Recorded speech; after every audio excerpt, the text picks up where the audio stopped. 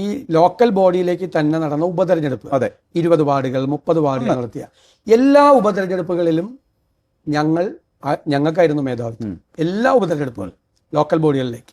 നിയമസഭാ തെരഞ്ഞെടുപ്പുകളിലെല്ലാം 12,000 വോട്ടിന് P T Thomas ജയിച്ച സ്ഥലത്ത് ഞങ്ങൾ 25,000 വോട്ടിന് ജയിച്ചു. അതെ, 9,000 വോട്ടിന് ഉമ്മൻചാണ്ടി ജയിച്ച സ്ഥലത്ത് 4 ഇരട്ടി, ഏകദേശം 37,000 വോട്ടിന് ജയിച്ചു.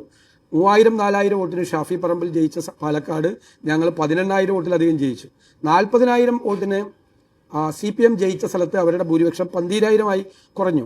നിലമ്പൂരിൽ ഞങ്ങൾ തോറ്റ സ്ഥലത്ത് ഞങ്ങൾ 11,000-ലധികം വോട്ടിന് തിരിച്ചു പിടിച്ചു. കഴിഞ്ഞ 4.5 വർഷക്കാലം നടന്ന എല്ലാ തെരഞ്ഞെടുപ്പുകളിലും UDF അതിൻ്റെ മേധാവിത്വം പ്രകടമാക്കിയിട്ടുണ്ട്.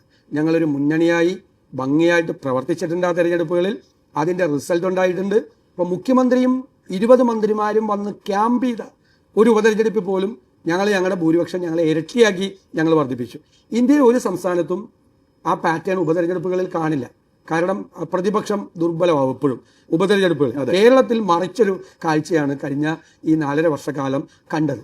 ആത്മവിശ്വാസത്തോടു കൂടി പറയുന്നു, 2016-ലും 2021-ലും നിയമസഭാ തെരഞ്ഞെടുപ്പ് നേരിട്ട UDF അല്ല 2026-ലെ നിയമസഭാ തെരഞ്ഞെടുപ്പ് നേരിടാൻ പോകുന്നതും ഈ ലോക്കൽ ബോഡി തെരഞ്ഞെടുപ്പ് നേരിടാൻ പോകുന്നത്.